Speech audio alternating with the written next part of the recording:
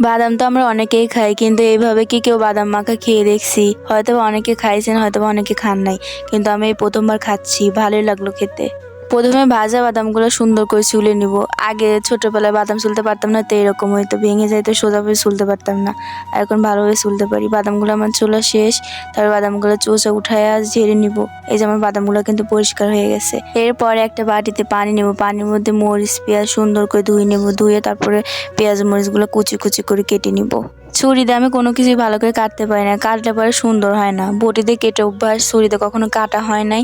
যখন কাটতে যাই ভালো হয় না কেমন জানি। আমি জানি আপনারা ভালোভাবে পেঁয়াজ মরিচ কাটতে পারেন, কিন্তু আমি তো পারি না, আমার সেই ঝোঁকটা নাই। যাই হোক, এখানে একটা কাঁচের গ্লাস নিয়েছি, গ্লাসের মধ্যে সেই ছোলা বাদামগুলো দিছি, দিয়ে এই যে পেঁয়াজ কুচি মরিচ কুচি তারপরে লবণ একটু সরিষার তেল দিয়ে ভালোভাবে মাখিয়ে নেবো। এই কয়টা জিনিস দিয়ে এত সুন্দর করে বাদাম মাখা খাওয়া যায় জানাই ছিল না আমার। একটু চানাচুর দিলে ভালো